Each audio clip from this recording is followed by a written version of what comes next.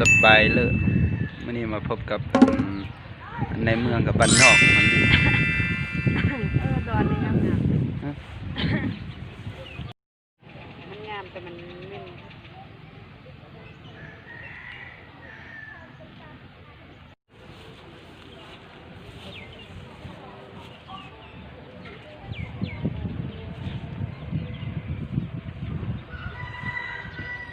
เบื้องล่างก็ครั้งที่สองมันเลยไอ้ก็มาปากบ้านแท้สองหรือสามครั้งที่สามอ่ะตอนนั้นทำมาเมื่อบ้านแล้วเข้ามาแล้วมาน้ำแก้วอีก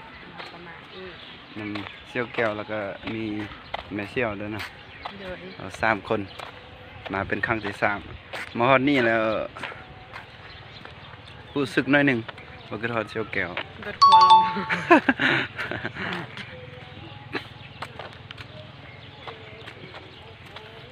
การที่เฮาสิเฮ็ดคลิปใดหนึ่งมันต้องเนื่องมาจากความกล้าจากสิ่งที่เฮาบ่กล้าต้องกล้าเฮ็ดว้าวทานกินข้าวต้มวิวบอนนี้ก็เป็นบอนจุดชมวิวเนาะตะกี้เฮาไปครั้งที่3เพิ่นยังบ่สร้างนะแล้วถ้าหากว่าผู้ใดมาลิ้นมาเที่ยวอยู่วัดพระเจ้าอยู่คำเมืองล่าคันบ่ได้มาลิ้นอยู่นำภาคหรือว่าเป็นสวนเกิดเป็นตูบเนาะเป็นตู้บ่อนนั่งลิ้นกินวิวหั่นนะแม่นอยู่จุดนั้นต้องได้มาคันมาเมืองล่าคันบ่ได้มาหั่นก็แสดงว่ายังบ่ได้มาเมืองล่าเด้อ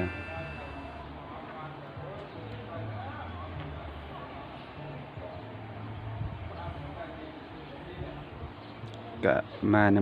ำคนของใจนั่นแหละงามเด้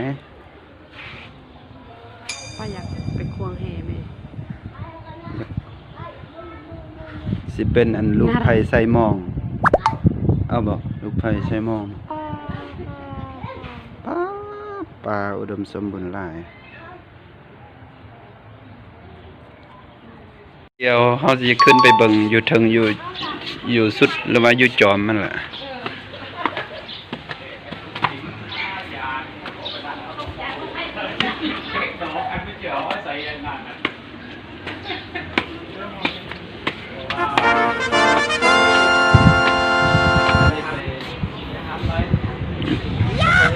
เป็นจุดชมวิวที่อากาศดีสุดเลย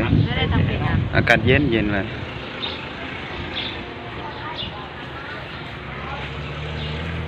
บริเวณข้างวัดนี่ก็เป็นเฮือนของพ่อออกไม่ออกเนาะเป็นเฮือนเพิ่น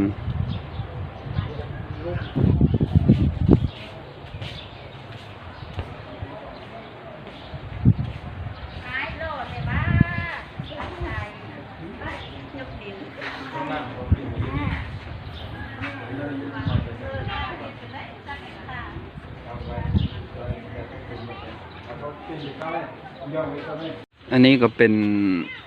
รถที่ทุกคนมาเที่ยวอยู่วัดเมืองลาหรือวัดพระเจ้าสิงห์คำเนาะแต่ว่าคนก็มีหลายบนสถานที่จอดรถก็เริ่มสิคับแคบแล้ว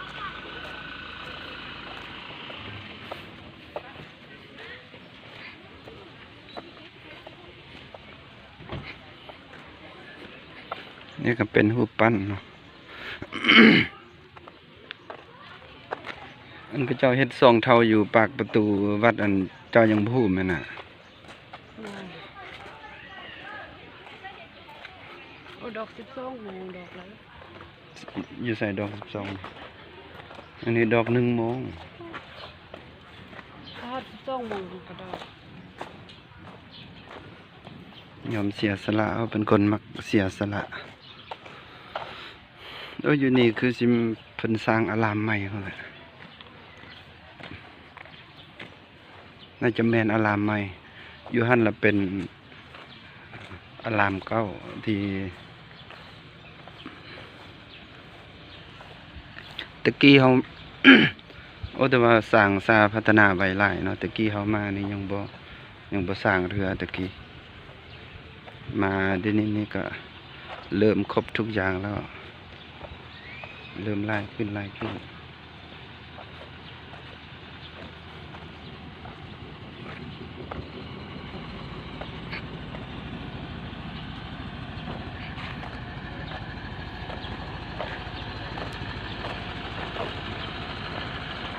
ประเทศอันใน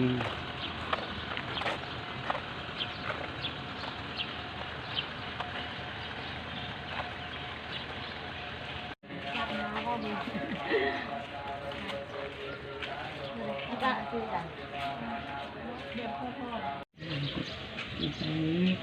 ข้าจะนี้มีกับคำหัวหน้าในสายฝ่ายมงคลสายเป็นพระเจ้าสักที่เป็นตัวของข้ารู้ได้สุดได้ในเมื่อมีชีวิตมีเสียงและพระเจ้าสงฆ์ในเราเป็นเลี้ยวความเจ็บเลยได้ความขยันนี้แต่หาได้รับเป็นข้าอายุกำลังจะขอลังจะภาษาใจอยู่ใบเนื้อข้าจะนี้มีกับเขาสายฝ่ายมงคลสายพระเจ้าสักที่เป็นตัวของข้ารู้ได้สุดได้ในเมื่อมีชีวิตมีเสียงและพระเจ้าสงฆ์มันปอดมันไผ่เลยชอบไล่เป็นลาเป็นหงเอาเก็บแล้วได้ความขยันนี้อยู่บนรถสุขากำลังก็ แม่นเมียง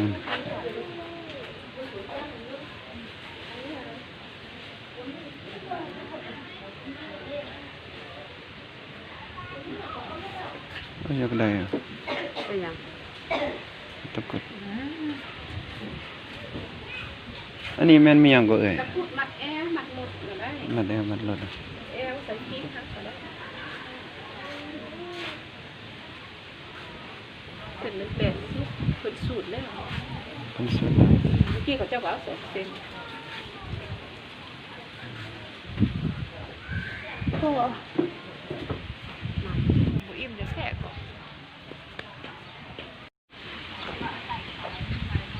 9,000 จะใส่เก้าพัน ในน้ำตาครับสั่นหนาวกว่าเป็น ในห้างนี่หลังจากที่มาขอพรแล้วก็เดี๋ยวโซซายมันแค่นะเบิ่งนี่เอาของเจ้าเลยของเจ้า ไปมาไกลกัน หลังจากขอพรแล้วก็ไปสำเร็จเสร็จสิ้นนำข้าวเปียกถ้วยหนึ่งกำลังสีออกไปถึงว่าการกินการทานเฮาบ่ได้มีวัตถุปัจจัยใดหนึ่งที่ว่าเป็นจำนวนหลายก็ยาแต่เฮาก็มีน้ำจิตน้ำใจเล็กน้อย2-3 พันมันก็ยังเป็นบุญบุญนี้มันบ่ได้เกี่ยวว่าเจ้าออกเงินหลายแล้วค่อยออกเงินน้อยบุญก็คือสิ่งที่เฮาเต็มใจเฮาไปเฮามาด้วยใจเดี๋ยวนี้หลังจากแล้วนี่ก็สิไปนั่งตูบอยู่น้ำพักผ่อนคลายหน่อยหนึ่งมาหอดน้ำพักอ่ะ มาน้ำพักมาน้ำพัก มาหอดน้ำพักแล้ว